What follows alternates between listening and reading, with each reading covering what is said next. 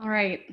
Welcome, everyone. Thank you so much for joining the Secure Community Network today for this conversation on Firearms and the Faithful. My name is Dina Weiss. I serve as the Chief of Staff for SCN. I'm honored to have a great panel with us today. Just a couple housekeeping notes as we start the webinar. This is a webinar, so all attendees are muted and do not have video. But you are welcome to ask questions via the chat and also the Q&A function. This is being recorded, and we will share the recording as well as associated resources and materials with all registrants after the call is complete. Thanks everyone for being here. I will turn this over to SCN National Director and CEO, Michael Masters. Thanks, Dina. Thank you all for joining us for today's High Holiday Safety and Security webinar, where we're going to be focusing on the issue of firearms and synagogue security. As Dina mentioned, my name is Michael Masters, and I have the privilege of serving as the National Director and CEO for the Secure Community Network, the official safety and security organization of the Jewish community in North America. I'd like to thank Dina in her role as Chief of Staff, as well as all of our team members who helped make today possible. We're honored to convene today's call.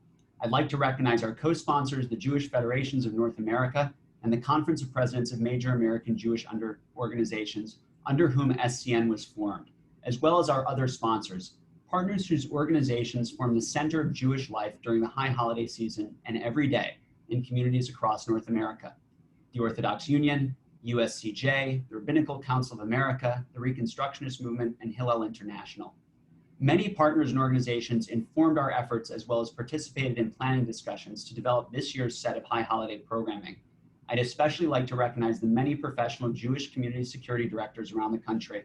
Coming from intelligence, law enforcement, and the military, each day these experts are working full-time to keep our communities safe.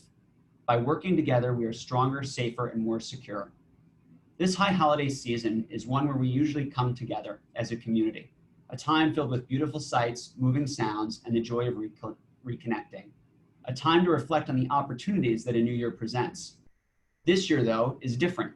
Many of our buildings, places that should be filled with beautiful sights and moving sounds, sit empty. When we do come together, we're going to do so in different ways: online, socially distanced, outside. As such, how we work to address safety and security this year has to be different as well.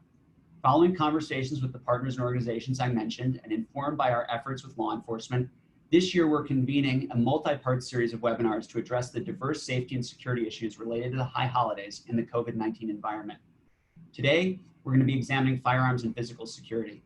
Over the next several weeks, as Dina will mention at the end of today's webinar, a different set of topics. While the COVID-19 pandemic has changed so much in our lives, disrupting our interactions and forcing many of our organizations to close, it hasn't stopped those who hate us or wish us harm. That means that as we do reopen or do convene, we need to be even more committed to safety and security. Prior to the pandemic, we faced 4 deadly attacks in our community in 14 months. Since the attack in Pittsburgh in October 2018, over 24 individuals have been arrested for plotting attacks on Jewish institutions. 27 mass attacks in the United States in 2018, 89% involved a firearm. 34 in 2019, according to the Secret Service's recently released report. The single greatest hate-related motivator of the offenders? Anti-Semitism. The reality of these statistics, felt across our country and in our community, makes today's topic even more critical.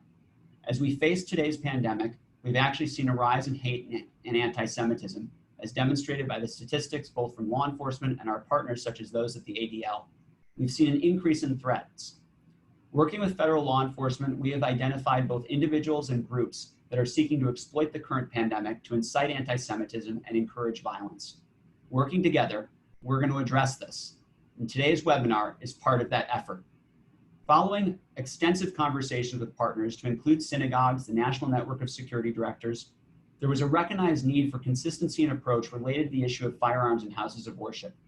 Guidance. A task force was convened to examine the topic, which included law enforcement and security professionals. I'd like to recognize the Jewish federations that were involved in that task force: Boston, Detroit, LA, and Memphis, among others. Today's webinar will review the major findings of the report. We'll then hear from Chief Susan Mannheimer, a recognized leader in policing in the United States who is currently serving in the Oakland Police Department, followed by a panel discussion. It is now my pleasure to turn it over to Brad Orsini, who serves as SCN's Senior National Security Advisor. Brad served honorably in the United States Marine Corps before joining the FBI, where he served with distinction for 28 years, to include as a crisis manager. Prior to joining SCN and after leaving the FBI, Brad served as the first director of Jewish community security for the Jewish Federation of Greater Pittsburgh. In that role, he conducted assessments, provided training, and responded to incidents, to include responding to the attack on October 27, 2018. In the 22 months prior to Tree of Life, Brad undertook close to 50 assessments and trained over 6,000 people personally in 146 training sessions, to include one at Tree of Life just 8 weeks before the attack. While we lost 11 individuals that day and 6 were wounded, to include 4 Pittsburgh police officers who responded honorably to the call, after-action reviews with law enforcement noted that were it not for the actions of the Federation and Brad working in partnership with law enforcement, the death toll could have been upwards of 50. Brad will share some of his expertise. Right now, I'd like him to review the report. Thanks, Brad. Thank you, Michael. I'm going to share my screen and pull up a few slides. And my goal today is just to really go through quickly at a high level the findings of the task force. Now, the Firearms and Faithful document was actually distributed in January of 2020, just a few months prior to the pandemic. And as Michael said, we had a group of leaders throughout the country to talk about this issue, that all our security directors, and now we're 50 plus security directors across the country, get this question all the time about whether we have an armed presence in our congregations, in our facilities. And so this document, which you will all have a copy to the link, review it at your own leisure. Please feel free to reach out to us if you have any additional questions. I just want to go through a few of the findings. And first, we really talk about the goals of what a holistic, layered security approach looks like. And for every organization represented today, we hope that you have convened a safety committee, especially in our houses of worship and our communal organizations. And with that safety committee, we really want to understand the difference between safety and security. And I feel it's very important just to spend about 30 seconds talking about the fundamental differences. First, our safety groups, our ushers, our greeters, our volunteer staff, our lay leaders, our staff at all our synagogues come together and form a safety committee. That goal of that safety committee is really to get our congregants away from danger. And so when we talk about a good, effective safety and security plan, if we move to security, let's think of security as those folks, those armed professionals, whether they're on-duty, off-duty law enforcement, or contract, licensed, and bonded security guards. Those are the folks that are moving towards the danger and mitigating the danger. So our safety group moves away from the danger, gets everybody to safety. Our security forces help mitigate a threat. So when we talk about our goals, we talk about having a good situational awareness, getting that assessment of all our facilities. We want to have those visible deterrents on all levels, not just an armed security, but deterrents on how we talk about our safety and security plan, whether it's signage in our buildings, whether it's practicing and training our staff on how to recognize signs of hate, how to recognize anomalies out there that is suspicious behavior. We need to train and prepare our community and all our volunteers at the same time. And finally, our goal, we should have some kind of plan to mitigate those threats that we're faced with until law enforcement arrives. We spent a lot of time at SCN teaching the community how to survive in case of our worst nightmare, in case of an active attack, how to survive 3 to 5 minutes prior to law enforcement coming on scene to help render a rescue and help get our folks out of harm's way. Now, when we talk about our white paper and Firearms and the Faithful, a lot of things that you should be doing is asking yourself in your safety and security committees, do we need an armed presence at our synagogue? How often do we need an armed presence? If so, who is the most qualified to make that decision? There's a whole laundry list of questions that are embedded in the document that should form the basis for that conversation in your safety committees before you even think about putting an armed presence in your facility. Because I will tell you, and I've learned this firsthand, if you as an organization decide to have armed guards, whether Friday, Saturday night, or 7 days a week, once you go down that road, it's hard to come back because our congregations are embracing that. They're feeling more secure if we have an armed presence there from qualified individuals. So it's really hard to make a knee-jerk reaction, put them there for a little while, and then take them back. This should be a methodical discussion within your community. Now, let me just go real quickly through our primary recommendation, and I'll cut to the chase of the entire document. Our recommendation is based on best practices that convened all these law enforcement officials from across the country, and that's for armed security is employing an off-duty law enforcement officer or recently retired officer who continues to maintain relative certifications and training. There is no better person out there to be that armed presence than law enforcement. They're the only ones that are fundamentally trained properly from every level: use of force, contact, best practices in thwarting a threat, and how to deploy use of force. And that's really important for our community to understand that. And so prior to arming or having an armed presence, I'm going to go through this just in a minute. Please take a look at the broader paper. But that armed guard must only be part of a broader plan. If you are just going to hire an off-duty officer to put them in front of your synagogue without any other security considerations, that's a failed and flawed plan. It has to be a holistic, layered approach, and that arming and having that armed individual is your last piece that you need to put in place. When you do this consult broadly with experts in your community, within your local jurisdiction, law enforcement from your local jurisdiction, know what your threats are, know what you're facing. And you also, we're represented by so many different states here. You need to know the laws and what you can and cannot do in our organizations. And most importantly, like I've already talked about, what kind of levels of training that you are going to go through and how that's going to play out with your armed presence with your congregations, because it's very important if you hire those contract officers that they know how your congregation is trained in an active threat. As always, coordinate with local law enforcement. Let them know your plan. It is the most important liaison that you can make is with that law enforcement entity that's going to respond to your synagogue, your organization, when something bad happens. And understand, if you can afford the cost of an armed presence, it's very expensive to hide and maintain an armed security guard. And with that, Michael, that is a very high overview of that paper. I'm going to turn it back over to you so we can get to the panel and the questions, sir. Thank you, Brad. Just for everyone's awareness, we've included the link to the report in the chat where you can access it if you haven't already.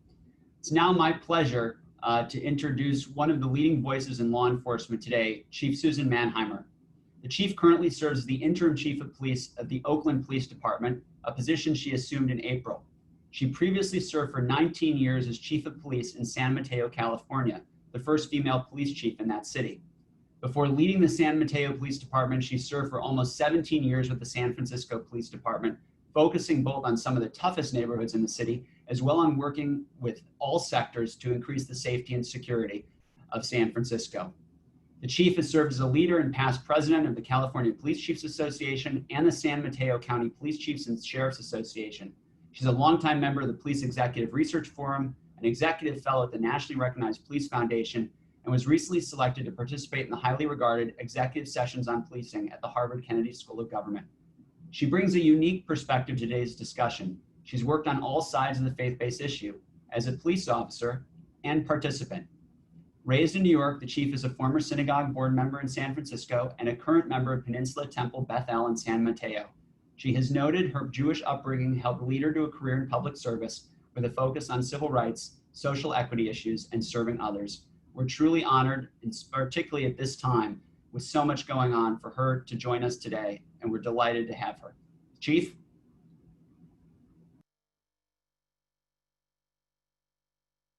I think I'm unmuted. Can you all hear me now?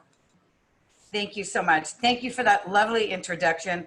And I'm glad that you added in my unique qualifications. I was just listing down why I'm so excited to be here today. I have been an armed off-duty security for temples in San Francisco in my younger days. I was a congregant worshiping with my family at all of those temples as well. I was a police officer providing that level of security in uniform as well as plain clothes. I was a temple board member in San Francisco, making those determinations with our board on what level of security we had. And believe me, I understand sort of the different perspectives that come to that conversation. That's part of what I'm going to address. I was part of the Jewish Federation and the intelligence section in San Francisco, working on issues of all secure and significant communities that had specific issues around security, and as a chief advising on what type of security and critical infrastructure. And most recently, I have done high-level Jewish Federation work in San Francisco on our Jewish community and their security. So I'm pretty delighted to be here today. I was equally delighted and thrilled to have folks such as Brad Orsini, who have such an incredible background in this, and to read the report, because I was struck by the similarity of what we've been saying and really recommending to our Jewish community and our temples across the country with this report for probably the last, and I don't want to count how many years, and I don't want you to count, but having been in this business 37 years, not a lot of that has changed. And I think what may have upped the game is all of the very significant and serious issues we have seen, particularly as I speak and think about you, Brad, and our congregation in Pittsburgh, and all of what we've seen out here in California and Poway. And so one of the things that I'd like to share first and foremost with the group here is that not only is each congregation different, each community different, the levels of tolerance and the levels of concern different. But if we haven't done the due diligence within our own community, our own temple, our own, starting with the own board of directors and our rabbis' tolerances, right? And going down from there to do a broad-based, really, I almost call it an interrogatory on where the tolerances, where the threats are, and ultimately where the levels of security need to be for our particular temple. I need to recognize first and foremost that will be all across the board. And so if we're going to speak to a really wide and diverse group such as we have today, the first thing I would caution everyone is to really have that discussion in-house. It is not as simple as Brad, you said earlier, about simply putting an armed guard out front. Do we have the gun, the hired weaponed armed officer out there or not? That should be actually the last of all the considerations, because we need to begin with what is the true level of threat? What have we done in terms of reaching out to our local law enforcement to do site security surveys to ensure that we have the best information? Most of the Jewish Federation and your secure communities have that resource for temples within their community to get the most recent sort of feelings and assessment of what that threat level is. It's different in different years. I will say a lot of it depends on what's happening in Israel, what's happening in our national narrative, how active are we seeing different groups, whether threat groups or whether, groups who are really willing and able to volunteer within our temples. Where is that temperature right now? And how much of that is born in facts, and how much of that really guides the level of how we respond to it? That's first and foremost. And from there, I think this report is a really good guide to sort of the 7 or 8 different levels and steps of security that you can use within your own congregation. The biggest issue here, and why I think we're all here today, is when you make a determination about having an armed guard whether that be an armed security guard, whether that be congregants who, whether legally or maybe illegally, are carrying weapons of their own volition, or whether it's someone that you have made an arrangement with for on-duty local law enforcement, or whether you have congregants who, like myself, are off-duty law enforcement officers and have volunteered to be armed and to work with our local law enforcement to ensure that we have some inside security. I think all of those come with their own considerations. And you will hear me say several times in these several minutes I have that you need to really understand first and really help to, with information, actually level the playing field in terms of, are these fears that we have reality based? That's really a beginning part of it. And then if they are, and if we feel that responsibility, is it across the board? Or do we need to do this for everything? If we know the high holidays really present more of an acute threat, can we look at whether or not we're talking about just sort of that specific period in time rather than every Friday night, Saturday night, and maybe Sunday school, right? So I think it's really differentiating the what is the real threat versus what is it that our congregation needs to feel secure versus how often and how acute that is. And then at the end of the day, if we get that plan, and I think this document is a good guide again, and the work everyone's done, I really commend for putting this forward. I'm not going to take too long to really go through those points, and I'm pleased that Brad already went through them, but I will focus just a few minutes on what it means to bring a firearm into a situation. I get asked this question a lot. I think being a female in this job, I have a lot of women who ask me, should we arm ourselves? Should we be more comfortable with that? And I think that is almost the same counsel that I would give to anyone considering having either a trained security guard who is not law enforcement trained, or even their own congregants who are not trained in law enforcement tactics in terms of retaining their weapon, in terms of de-escalation, in terms of properly assessing a threat, and in terms of what kind of implicit or explicit bias they may have that may cause them to make decisions which could be so tragic at the end of the day. So there is this idea that having a weapon inside in a situation brings you that first level of defense. As Brad and I were talking about the other day, how many actually even were able to acquire the target, the threat, when he came in versus having shots fired throughout a very crowded, very chaotic situation. And more importantly, how are you able to assess that threat and whether or not that's something that requires a firearm response? Because I like to say to individuals this: if you're not trained on how to retain your weapon, if you're not trained on how to de-escalate, if you're not trained on where and how you provide cover and you provide the determinations in that split second around who else you may be endangering in making a decision that's not one based on the training and experience that years and years of critical incidents and firearms training avail you, what is the threat at the end of the day? And I like to work backwards. As a chief, I often say to myself, if I make this decision, what's the worst that can happen, and what does that look like in the paper the next day? When they start asking the questions about, did you think about what would happen if you had someone with no training? Did you even think to ask the local law enforcement when they responded, will they even know who's the good guy or the bad guy if several people have guns in the congregation? Did you think about what happens when you bring in someone who's inexperienced and untrained, who may actually shoot someone who is not at all intent on damage or harm to the community, but overreacts because they don't have the training? And at the end of the day, what kind of a tragedy is that? So I would counsel three things. One is, as this report says, it may look like sort of a vested interest, but in one who has a son in the military and has seen and trained with actually the Israeli Defense Forces on some of our SWAT opportunities and exercises, I can tell you that there will be many well-meaning congregants who are qualified in weapons, who may not have the training, the experience, the equipment and facility when the stress is on in the moment to make that judgment and determination that is not going to do more harm than good.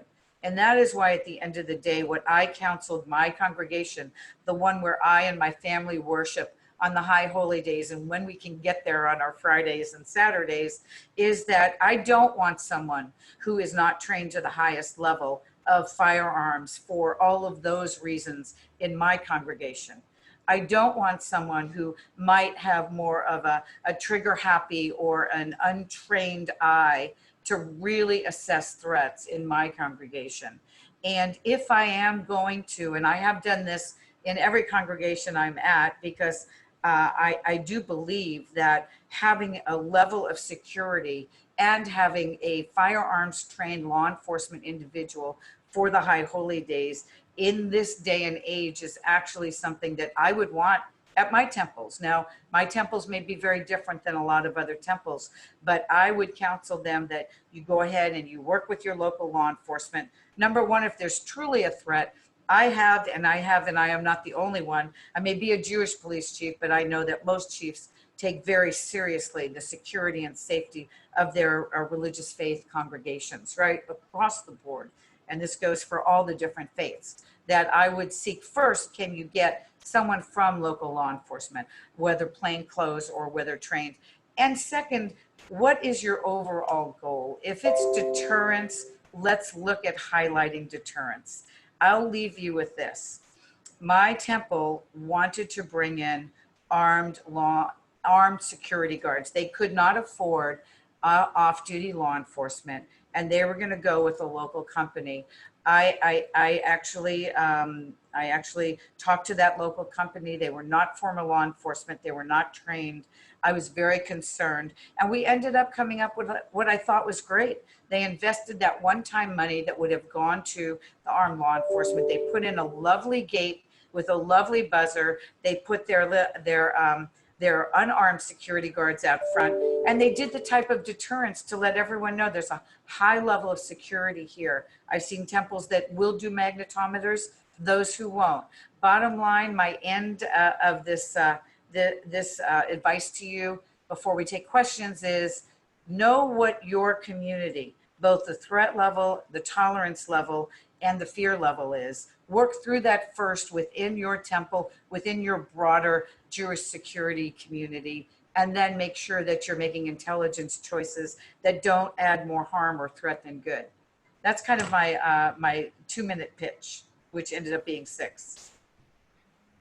Chief, thank you very much. I'd like to introduce the other 2 members of our panel and then dive into the robust series of questions that we've got. 2 additional members, Sean Brokos, the Director of Jewish Community Security for the Jewish Federation of Greater Pittsburgh, 24-year veteran of the FBI, who's worked complex criminal as well as cyber investigations. Moreover, she led the FBI's response to the Tree of Life shooting, and notwithstanding knowing Brad since 1996, still agreed to succeed him as the Federation's security director. Jeremy Yeaman, Associate Vice President, Director of Security and Operations for Combined Jewish Philanthropies of Greater Boston. Former Special Agent with the U.S. State Department, Diplomatic Security Service. Jeremy served both domestically and overseas, to include as the Assistant Special Agent in charge of the Boston Field Office for the DSS.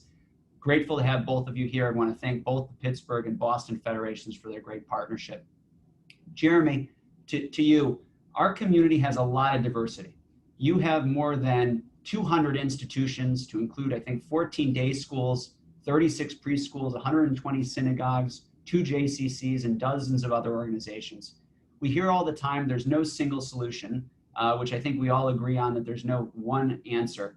But is there such a thing as best practice in this area? And can you expand on that idea from your perspective? Thank you very much, Michael. And I learned a lot from the chief. She really covered so much information, really, really terrific. So obviously we've given a lot of thought to this, and CJP, as you said, is working with about 200 different organizations, generally in the greater Boston area, where you're going to see a police response pretty quickly. One of the things that we've noted is that bringing a firearm, it's not a panacea. They don't carry, it's not a magic wand. They don't carry magic bullets.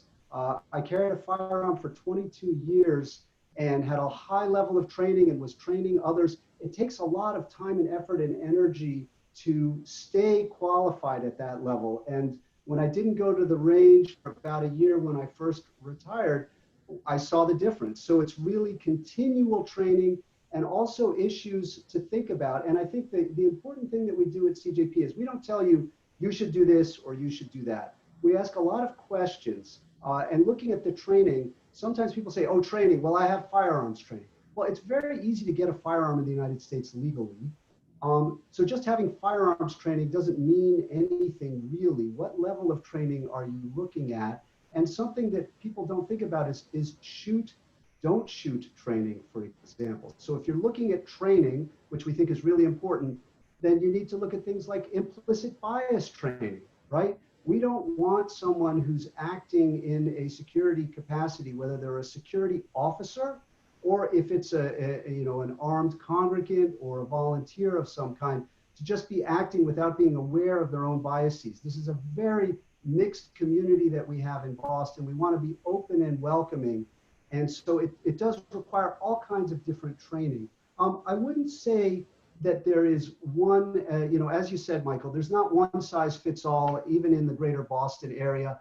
There are different institutions that see things very differently, and we work to help them think about these things.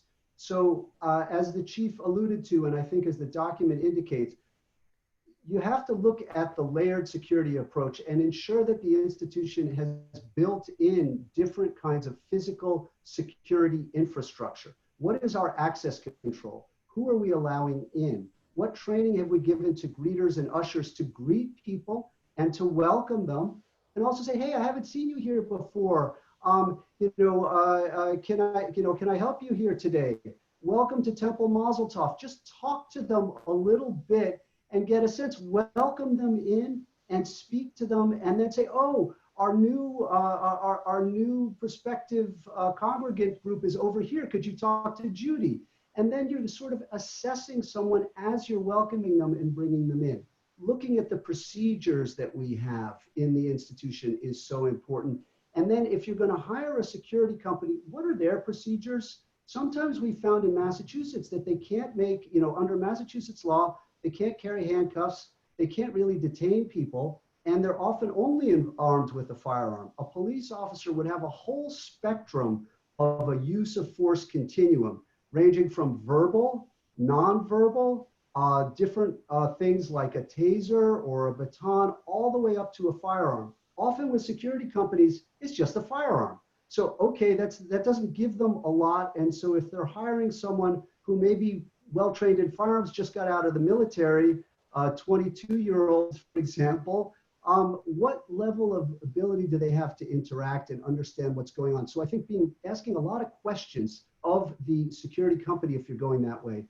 Similarly, I think the issue of armed congregants and volunteers is fraught with a lot of issues there. There are a lot of concerns. So it's important to ask the same level of issues there. So what kind of training have you had? How recently?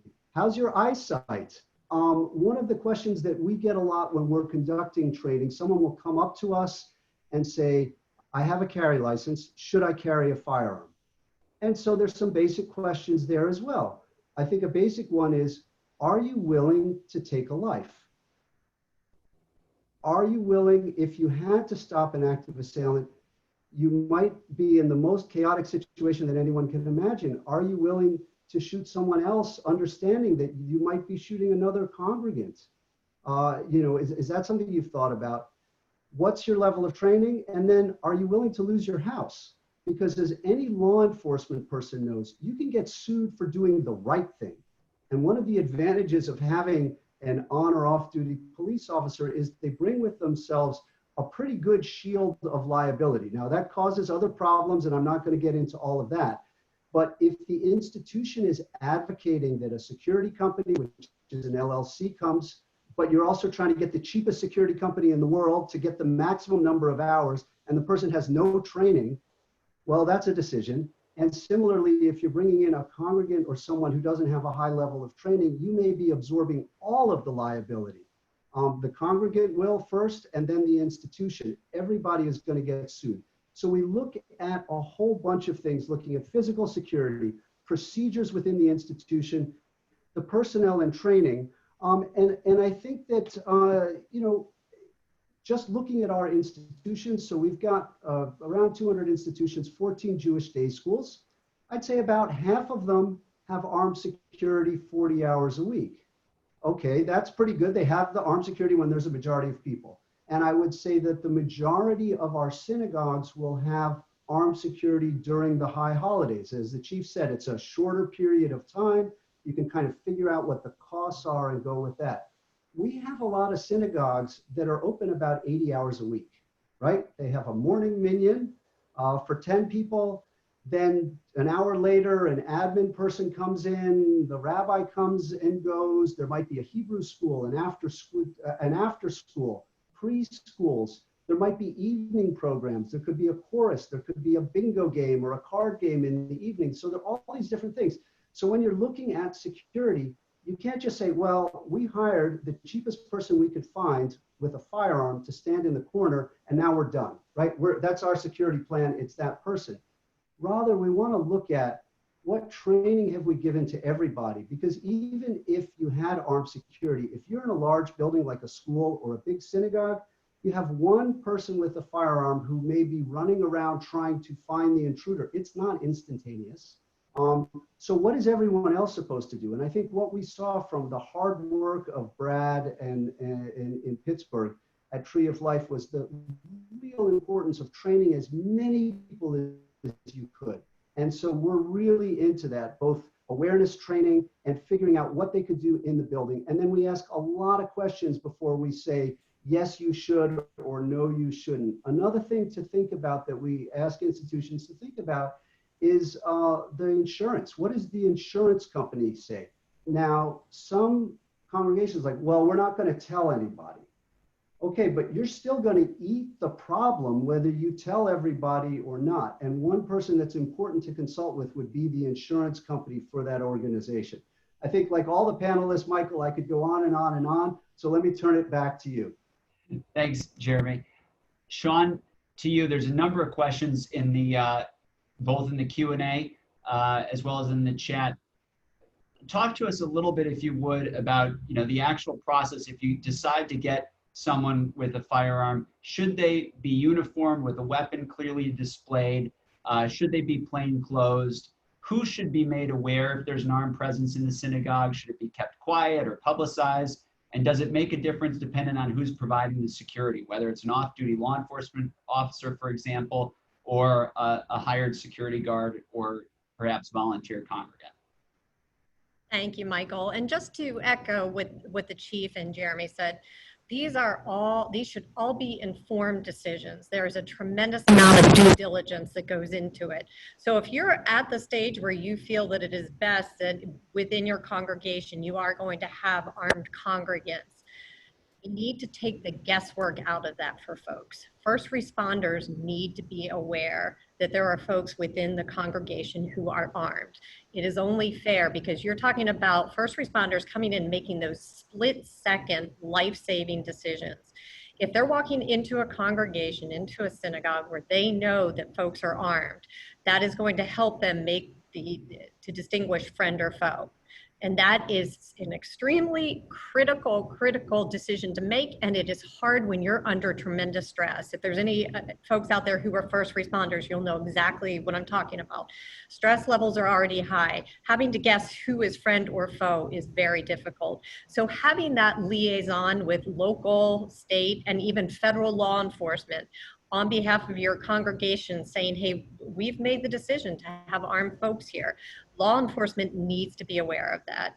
And then secondly, congregants need to be aware of it, because it's only fair to them that if there is a situation, they know who among them is armed, who can engage the target.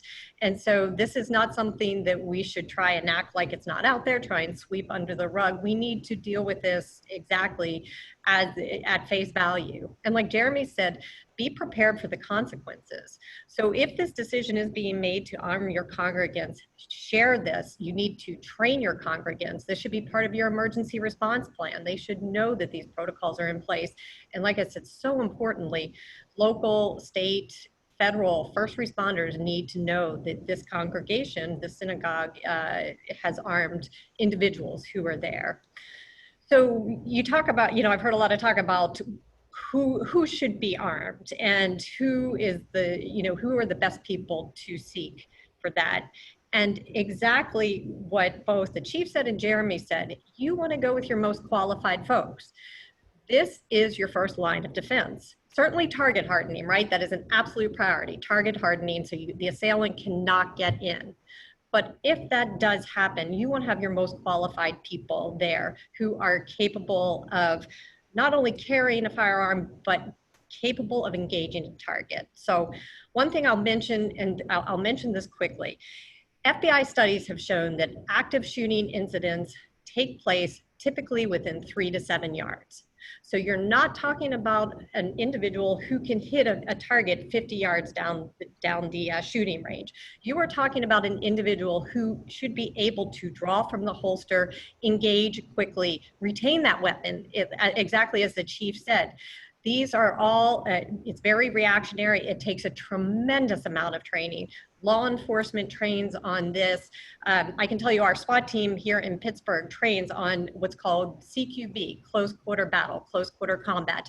They train 1 day a week on this, and this is all they do. So there is a tremendous amount of training that goes into it, and it's essential. So when you're looking at arming your congregation, you want to go with who's the best trained. You've got law enforcement out there who are trained in just that.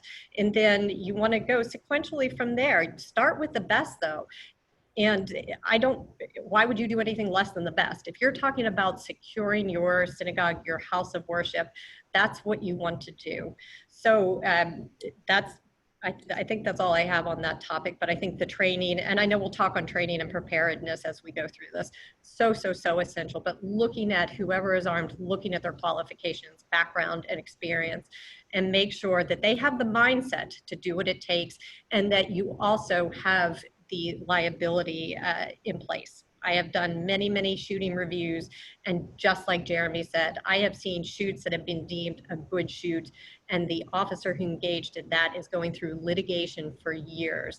And so it is just a very difficult decision, whether you shoot, don't shoot. Whoever is going to be armed, have them be very prepared for the consequences.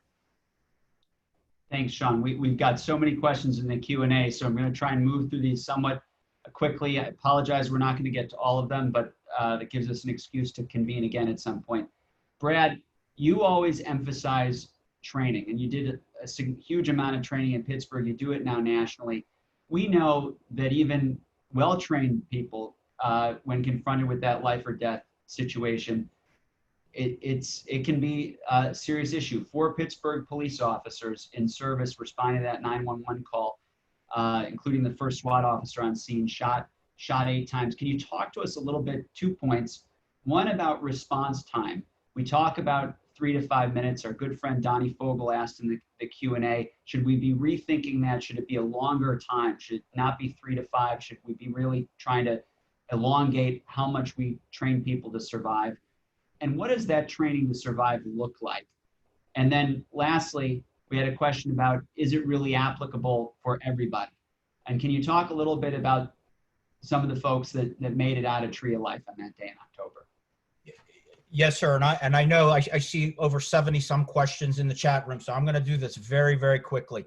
Training our congregants, the entire Jewish population, is one of the most important things we could do. We need to teach our folks, every Jew across this country, every community member, what to do if they're confronted with an active threat. Yes, statistics will tell you active shooters hit 70% of their shots. Why do they hit 7 out of 10 bullets? It's because our folks aren't trained. They're like a deer in the headlights, and they are victims. Conversely, law enforcement responding may hit 25, 30% of their shots? Is it because they're not good shots? Absolutely not. It's a dynamic situation. The bad guy's moving, the police officers are moving. So when we talk about training our community, it's all about movement, getting away from the danger, whether it's run, hide, fight, whether it's avoid, deny, defend, whether it's ALIS training, alert, lockdown, inform, counter, evacuate training.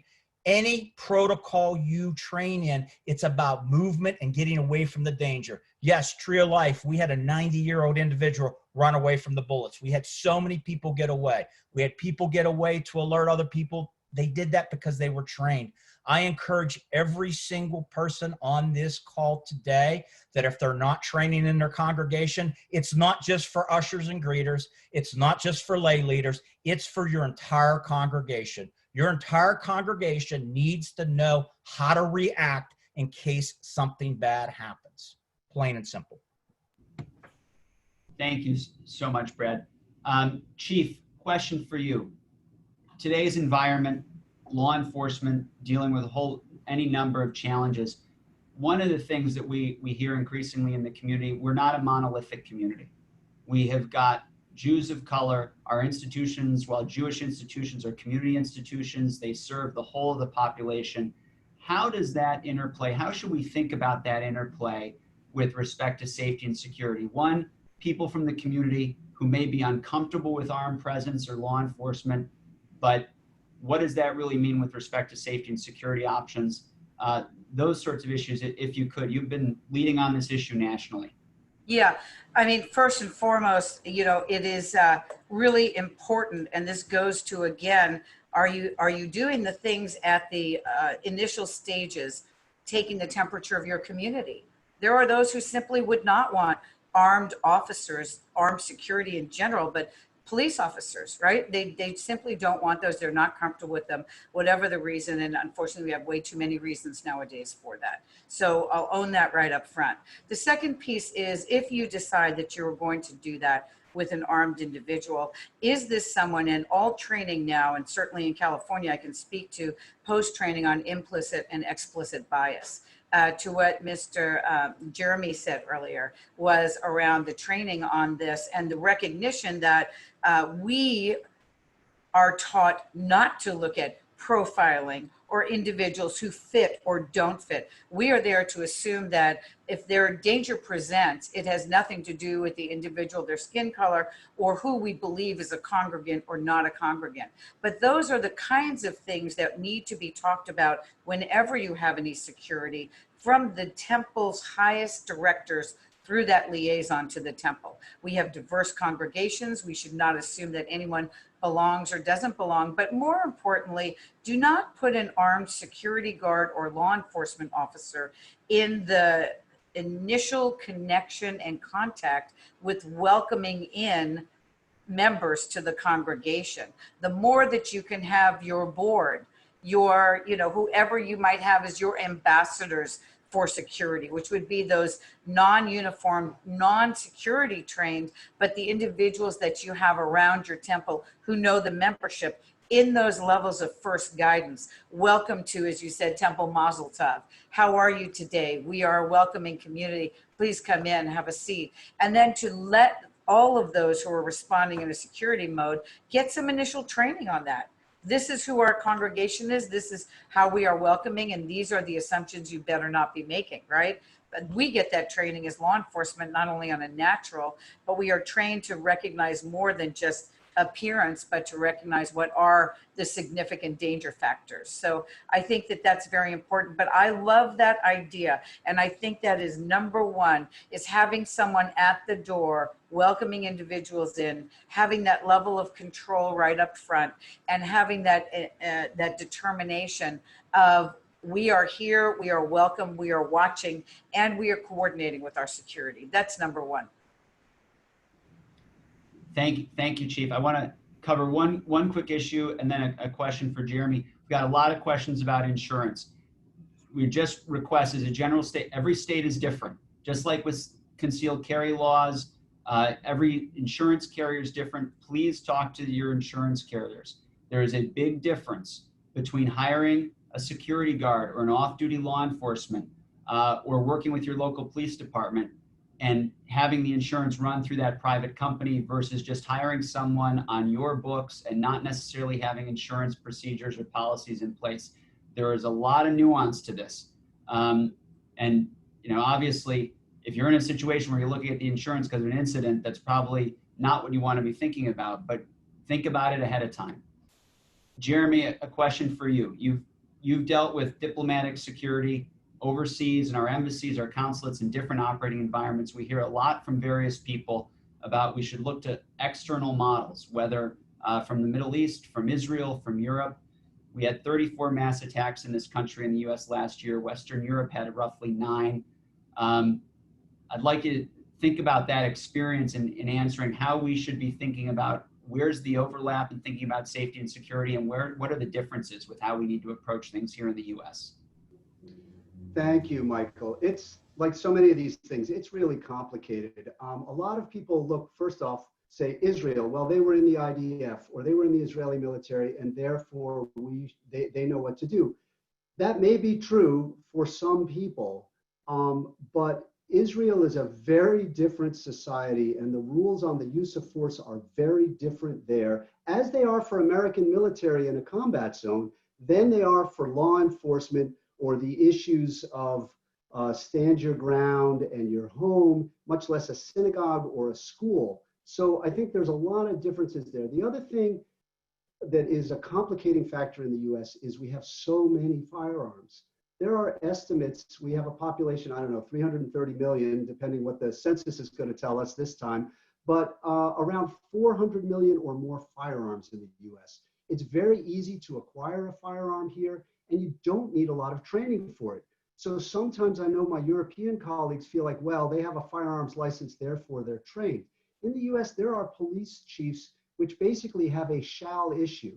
If you do not have a criminal record or a serious criminal record, you will get a firearms license if you even need to be licensed to carry a firearm, and that is also going to vary. So I think another thing that's different with Europe, for example, and of course, the US is a very big place, lots of different rules, 50 states. Europe is also pretty big. Things differ a lot from place to place. In general, Europe has national police. And in a lot of those countries, the police will provide exterior, visible, heavily armed support. In the United States, there are a lot of police departments who would like to do that, but they can't staff it. For example, high holidays, we might have 10 synagogues in Newton asking the Newton Police Department for enhanced coverage for a week at a time. They can't always do it. They'll do a lot of it. So we have to think about it a little bit differently. Another issue in Europe is where there are often there may be in some countries higher levels of training required to keep a license annually, whereas in the US we don't have that. So I think there are a lot of differences in Europe. There are some things that we can learn from Europe. One of the things I think that was important to learn from Germany is the importance of a front door. The importance of a front door, right? That is huge, right? And so I think we can see that. And so we tend to look at those things in layered security. And there are things we can learn. There's also a lot of differences. Over to you, Michael. Thanks, Jeremy. And I always like to mention that Halle, Germany, some of that security infrastructure was paid for by our federation system and with the Jewish agency. It's a great testament to the community working together around the world. Sean, last question to you. We're so time limited, and I apologize. Practical advice for a congregation with an existing volunteer corps. How do we ensure law enforcement knows who they are and what they're going to do in an event? Okay, so if you have a federation there, then go to your community security director and ask that liaison. I am the liaison here in Pittsburgh with our synagogues, our day schools, and I liaison with the police all the time. So if you have that at your disposal, that's the best way to do it. We conduct community trainings all the time. I'm doing probably 2 to 3 a week, and that's even in light of COVID. So that's really the role of the federation in your area. And if you don't have a federation, then hopefully you have a security committee at your synagogue, and whoever the head of that security committee is, they can liaison with local and law enforcement and have those discussions. I have never had any issue picking up the phone and calling any of our police departments in our greater Western Pennsylvania area and saying, hey, Chief, can you bring a couple of your officers? Let's do a walkthrough at such and such synagogue. The response is an overwhelming yes. They want to do a walkthrough. They want to be familiar with the premises. They want to know what the rules of engagement are for the congregation. Are there armed congregants? Are there not? Is there full-time security? And these are all such key discussions that the Federation can really assist and facilitate for the community. Thanks, Sean. One last question, Chief. I'll give you the last word on that, and one last question for you. Your men and women run towards the sound of gunfire. You don't have the luxury of not responding to 911. What can we as a community do to make their job easier if, heaven forbid, there's an event? Yeah, I wanted to say two things. The first is to what Sean said and how you get that quicker response. You need to be in touch with your local police department.